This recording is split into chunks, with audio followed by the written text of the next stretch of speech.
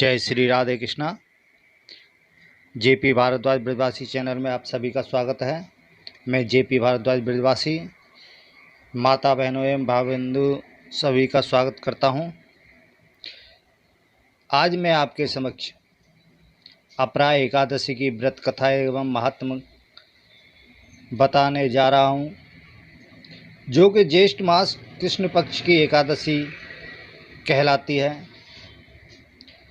उससे पहले जिन भाई बंधु माता बहनों ने मेरे चैनल को सब्सक्राइब नहीं किया है, कृपया वे सभी सब्सक्राइब करें और बगल में लगा घंटी का बटन अवश्य दबाएं, जिससे हम जो भी वीडियो बनाएं वह सभी आपके पास पहुंचे, और लाइक भी करें।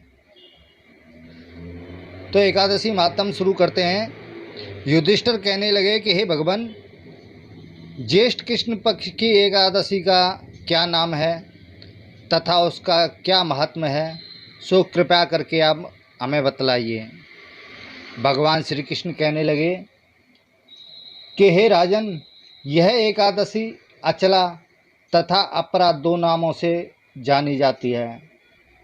पुराणों के अनुसार ज्येष्ठ कृष्ण पक्ष की एकादशी अपरा एकादशी कहलाती है, क्योंकि यह अपार धन देने वाली है। जो मनुष्य इस व्रत को करते हैं वे संसार में प्रसिद्ध हो जाते हैं। तो इसलिए इस एकादशी का नाम अपरा एकादशी रखा गया है। इस दिन भगवान त्रिविक्रम की पूजा की जाती है। अपरा एकादशी के व्रत से ब्रह्महत्या, भूत योनि, दूसरे की निंदा आदि के सब पाप दूर हो जाते हैं। इस व्रत के करने से परस्त्री गमन, झूठी गवाही देना, झूठ बोलना, झूठे शास्त्र पढ़ना या बनाना, झूठा ज्योतिषी बनना तथा झूठा वैद्य बनना आदि सब पाप नष्ट हो जाते हैं। जो क्षत्रिय युद्ध से भाग जाए वे नरकगामी होते हैं, परंतु अपरा एकादशी का व्रत करने से वे भी स्वर्ग को प्राप्त होते हैं। जो शिष्य गुरु से शिक्षा ग्रहण करते हैं फिर उनकी निंदा करते हैं, वे अवश्य ही नरक में पड़ते हैं, मगर इस अपरा एकादशी का व्रत करने से भी इस पाप से मुक्त हो जाते हैं। जो फल तीनों पुष्कर में कार्तिक पूर्णिमा के स्नान करने से या गंगा तट पर पितरों को पिंडदान करने से प्राप्त होता है, वही अपरा एकादशी का व्रत करने से प्राप्त होता है।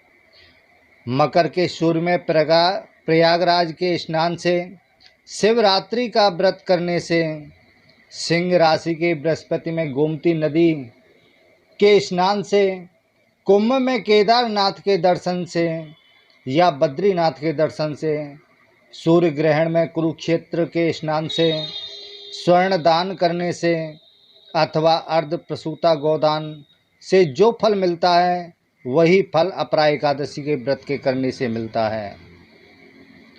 यह व्रत पाप रूपी वृक्ष को काटने के लिए कुल्हाड़ी है। पाप रूपी ईंधन को जलाने के लिए अग्नि, पाप रूपी अंधकार को मिटाने के लिए सूर्य के समान, मृगों को मारने के लिए सिंह के समान है। अतः मनुष्य को पापों से डरते हुए इस व्रत को अवश्य करना चाहिए। अपरा एकादशी का व्रत तथा भगवान का पूजन करने से मनुष्य सब पापों से छूटकर विष्णु लोक को चला जाता है। तो इसकी प्रचलित कथा के अनुसार प्राचीन काल में महिध्वज नामक एक धर्मात्मा राजा था। उसका छोटा भाई वज्रध्वज बड़ा ही क्रूर, अधर्मी और अन्यायी था। वह अपने बड़े भाई से द्वेष रखता था। उस पापी ने एक दिन रात्रि में अपने बड़े भाई की हत्या करके उसके शरीर को एक जंगल में पेड़ के नीचे, पेड़ किसका था? वह पीपल का था, पीपल के पेड़ के नीचे गाड़ दिया। इस अकाल मृत्यु से राजा प्रेतात्मा के रूप में उसी पीपल पर रहने लगा और अनेक तरह के उत्पात करने लगा। तो एक दिन अचानक धौम्य नामक ऋषि उधर से गुजरे। उन्होंने प्रेत को देखा और तपोबल से उसके अतीत को जान लिया कि इसने ऐसा कौन सा कर्म किया है जिससे इसको प्रेत योनि प्राप्ति हुई है। अपने तपोबल से प्रेत उत्पात का कारण समझा। ऋषि ने प्रसन्न होकर उस प्रेत को पीपल के पेड़ से उतारा तथा परलोक विद्या का उपदेश दिया। दयालु ऋषि ने राजा की प्रेत योनि से मुक्ति के लिए स्वयं ही अपरा एकादशी का व्रत किया और उसे अगति से छुड़ाने को उसका पुण्य प्रेत को अर्पित कर दिया। तो इस पुण्य के प्रभाव से राजा की प्रेत योनि से मुक्ति हो गई। वह ऋषि को धन्यवाद देता हुआ दिव्य देह धारण कर पुष्पक विमान में बैठकर स्वर्ग को चला गया। तो हे राजन, यह अपरा एकादशी कथा मैंने लोक हित के लिए कही है। इसके पढ़ने अथवा सुनने से मनुष्य सब पापों से छूट जाता है। तो इसी के साथ ही एकादशी महात्म संपूर्ण। बोलो एकादशी महारानी की जय। जिन भाई बंधुओं ने मेरे चैनल को सब्सक्राइब नहीं किया है, कृपया वे सभी सब्सक्राइब करें। जय श्री राधे कृष्णा।